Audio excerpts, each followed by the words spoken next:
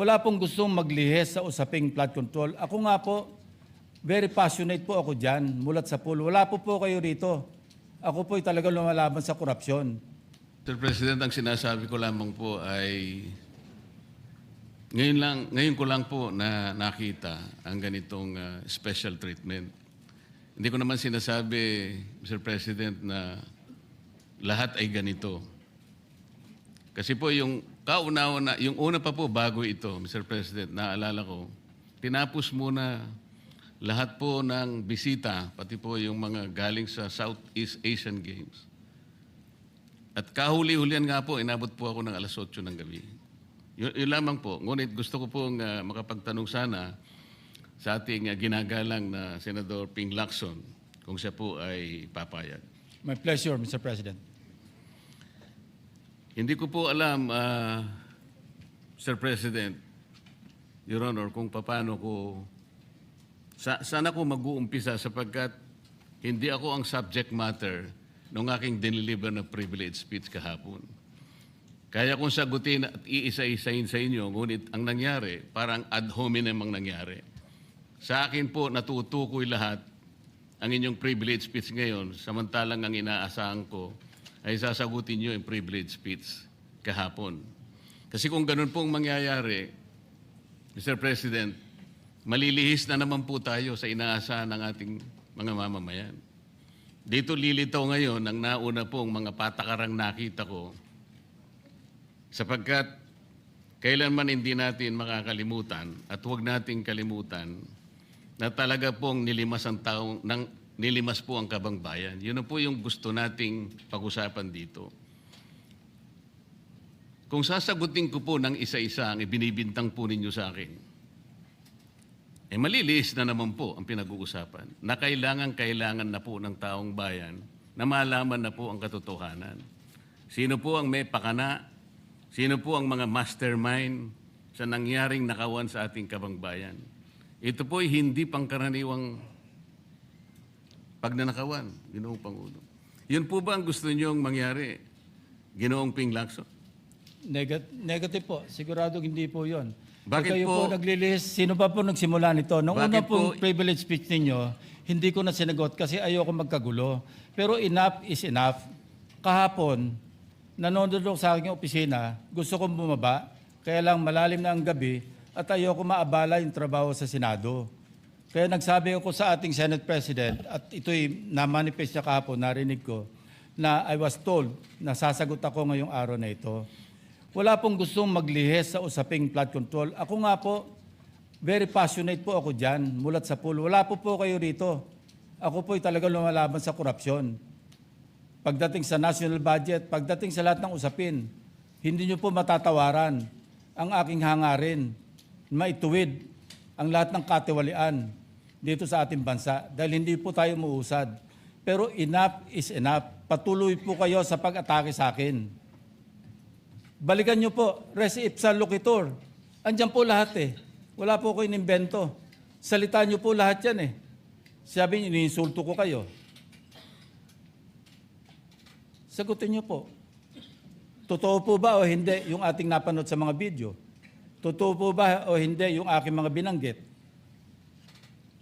Tapos na po kayo. Tapos na po. Kasi po ganito May I suggest that the two gentlemen address the chair instead of addressing each other. Sorry, Mr. President. Pagpaumanhin po ninyo, Ginoong Pangulo, ngunit nakakalimutan po ng ating Senator Ping Lacson na siya po ang nagumpisa sa ngayon lang. Ako raw po ay defensor ni Vizcaya. Palagi niyang ipinipilit yun. Hindi niya makalimutan ang sinabi ko na nung ako po ay nasa Blue Ribbon Committee, tungkulin ko po kasi na ipaglaban ang sino man, witness man siya, resource person, siya po ang kauna-unahan na nag-apply ng Witness Protection Program. Sa aking palagay po, nung panahon na yon, ay kakailanganin namin siya sapagkat mga pangalang malalaki ang dapat na makuha natin. Hindi naman siya, ang ibig ko sabihin, si Diskaya po ang mismong nagbigay po ng kanyang kagustuhan. Nung una po, Mr. President, ayaw ko ang maniwala sa kanya. Kaya sinabi ko sa kanya, gumawa ka ng sulat, kahit sulat kamay, para sa ganun, walang masabi ang iba na parang ako pang nag-initiate sa'yo dahil hindi kita kakilala. Kailangan malaman muna natin kung ano ang laman ng iyong testimony. At kailangan ma-determine natin kung talagang meron kang may kukontribute na mga pangalan. Kasi importante na lumitaw ang mga pangalan ng mga taong talagang utak ng pagnanakaw na ito. Yun po ang pinag-umpisahan nun eh. Dahil mabigat ang kanyang gagawin, Mr. President, nakita ko sa kanyang kagustuhan na siya'y sumailalim sa Witness Protection Program. Kinilala ko naman yun, Mr. President. Malalagay nga sa alanganin ng buhay niya. Yun po naman yung nakalagay sa batas eh. Bakit ngayon akusahan ako na ako pa ang nagdidepensa sa kanya? Nandun naman po sa batas eh. Kaya nga po nang ipilit po ng ating DOJ Secretary na pinipilit niya magkaroon ng restitution, sinabi ko huwag mong gagawin yan. Wala naman sa batas yan eh. Ipipilit ninyo sa pamagitan ng memorandum ninyo na kahit wala sa batas para siya maging katanggap-tanggap na witness protection program witness, ay gagawin yung mag-restitute siya. Wala po sa batas yun, Mr. President. Yun po yung nilalaban ko. Kung napagkamalan niya na dinidepensahan ko, hindi po pwede yung ganun, Mr. President. So ngayon, hanggang ngayon, pati ba naman ng asawa ko na independent director, kakalantariin pa rito. Saan ba natin pag-uumpisa ng pag-uusap na ito? Pagkatapos, ipipilit na naman ninyo yung Kalayaan Island Group. Ano po ba patakaran dito, Mr. President? Ginoong Lacson? Kailangan bang samot-samot ang gagawin mo para sa isang privilege speech? Kayo po'y matagal na sa Senado. Alam ko po, kabisado nyo yung patakaran dito. Ang isang privilege speech na katutok lang sa isang subject matter. Pero kung gagawin po ninyong samot-samot ito, at pagkatapos ay mag-uumpisa kayo na para bang ang nilalaman ng privilege speech ninyo eh puro ad hominem. Wala po tayong matatapos dito.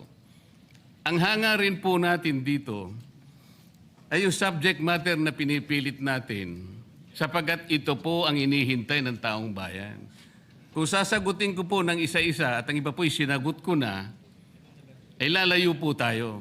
Ang akin pong tinatanong sa aking privilege speech kahapon ay bakit parang hindi ninyo pinagbigyan ang ibang mga tao na napakarami nilang dapat sabihin para sa ganun malaman natin ang katotohanan. Kayo po ang nagsabi, Senator Lacson, Mr. President, napupuntahan natin lahat ng lugar na kung saan ang ebidensya. Hindi po ba kayo po'y nagpahayag noon dito sa plenaryo, Mr. President, Senator Lacson, at sinabi nyo na ang presidente ay name drop ni Yusek Bersamin. Hindi ko man lang po nakita yung kanyang katauhan na ipinatawag nyo dito. Samantalang napakalaki ng dapat niyang ipaliwanag sapagkat kayo po ang nagsabi sa pamamagitan ng pagtitiwala ninyo sa ibinigay na testimony ni Yusek Bernardo na niname drop niya ang presidente. 100 billion pesos po pinag-uusapan dito na kung saan ang porsyentong tinanggap nila sang-ayon din sa inyong pagpapahayag ay 8 billion pesos. Nagtataka po kami, ang taong bayan, hindi nyo man lang pinatawag si Yusek Bersamin.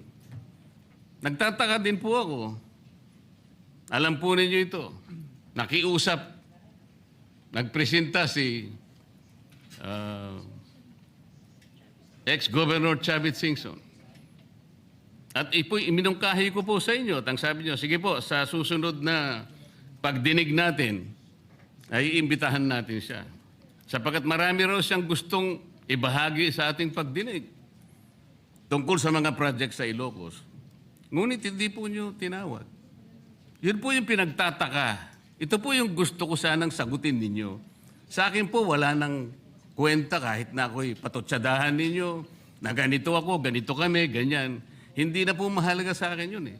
Ang mahalaga po, Mr. President, ang taong bayan ngayon na naghihintay ng kasagutan sa maraming katanungan nila, kung magagawa pa natin na buklatin lahat ang dapat buklatin. Kilalanin kung sino dapat kilalanin.